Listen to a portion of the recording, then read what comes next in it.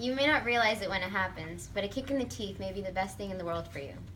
As individuals, when bad things occur, we tend to see the worst in situations. But do the worst in situations really not have good outcomes? People constantly ask me why I've chosen to become a doctor, why I've chosen to spend 8 years, maybe more, of my life in school. But honestly, to me, it's a passion I've had since I was young. When I was in 2nd grade, I had hemolytic uremic syndrome, in general terms. It was a complication of E. coli. I was hospitalized for over a month. At first, it was hard to diagnose what was going on, but close to the last moments, they did. Once they got to it, there was immediate action. There were catheters, dialysis, and other treatments. As a child of that age, I was obviously confused. I knew I was sick, but most of what was happening around me was a blur. I was constantly medicated or having blood drawn and being constantly monitored.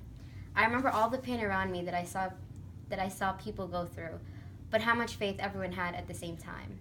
I'm not going to say that the doctors did it all, but somehow they contributed.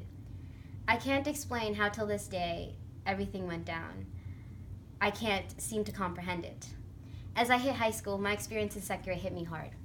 I remember sitting in my dorm room constantly reading my medical report. I Googled everything, trying to understand, but I still couldn't comprehend it. I realized that as a young high school student, I can't have the proper education in medical terms, but somehow the medical report on its own motivated me to begin my goal to enter the medical field. That was where it began. During my high school years, I did mission trips.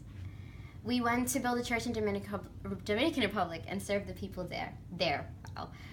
The second time I went to DR, we went to a pediatric cancer hospital. For some reason, that hospital hit me harder way more than my experience. I looked around at most of the little children, knowing that they won't survive, how less fortunate they are than us, how much they deserve various things in life in comparison to us. We believe that we are constantly connected with the world, but are we really? As individuals, being where we are, we refuse to see life below the poverty line, how much worse things are for those less fortunate than us, and still how they live better lives than us. They knew the truth, but the smiles on their faces never faded. This is my inspiration. On that day when I decided that I wanted to go through the process of med school to become a doctor, start my own practice, and do missions work on the side, to help those who are less fortunate than myself. My drive towards this passion may be odd, it also may be sad, but still a drive.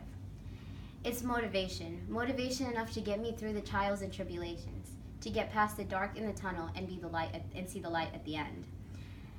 And knowing that I can be the glimmer of hope for numerous people is enough for me to get through this. It's simple. My passion, my goal.